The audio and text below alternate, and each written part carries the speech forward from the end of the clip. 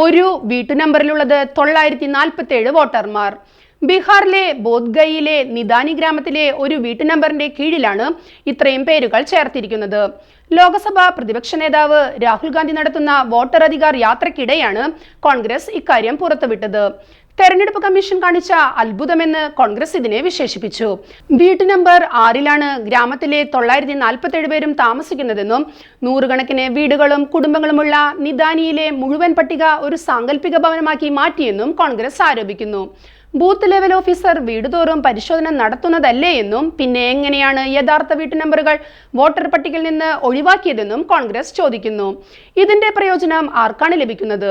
ഒരു ചെറിയ ഗ്രാമത്തിലെ 947 വോട്ടർമാരെ ഒരു വിലാസത്തിൽ തള്ളാൻ കഴിയുമെങ്കിൽ ബീഹാറിലും ഇന്ത്യയിലാകെയും എത്ര വലിയ ക്രമക്കേടുകൾ നടക്കുമെന്ന് സങ്കല്പിക്കണം. ജനാധിപത്യം മോഷ്ടിക്കപ്പെടുന്നുവെന്നും നിദാനി അതിന്റെ ജീവിക്കുന്ന തെളിവാണെന്നും ഔദ്യോഗിക എക്സ് പ്ലാറ്റ്ഫോമിലൂടെ കോൺഗ്രസ് പുറത്തുവിട്ട ആരോപണത്തിൽ പറയുന്നു. ഗ്രാമത്തിലെ വീടുകൾക്ക് നമ്പർ നൽകിയിട്ടില്ലാത്തതിനാൽ സാങ്കല്പിക നമ്പർ രേഖപ്പെടുത്തിയതാണെന്ന് സ്വയംഭരണ സ്ഥാപനത്തിന്റെയും തെരഞ്ഞെടുപ്പ് കമ്മീഷന്റെയും വാദം.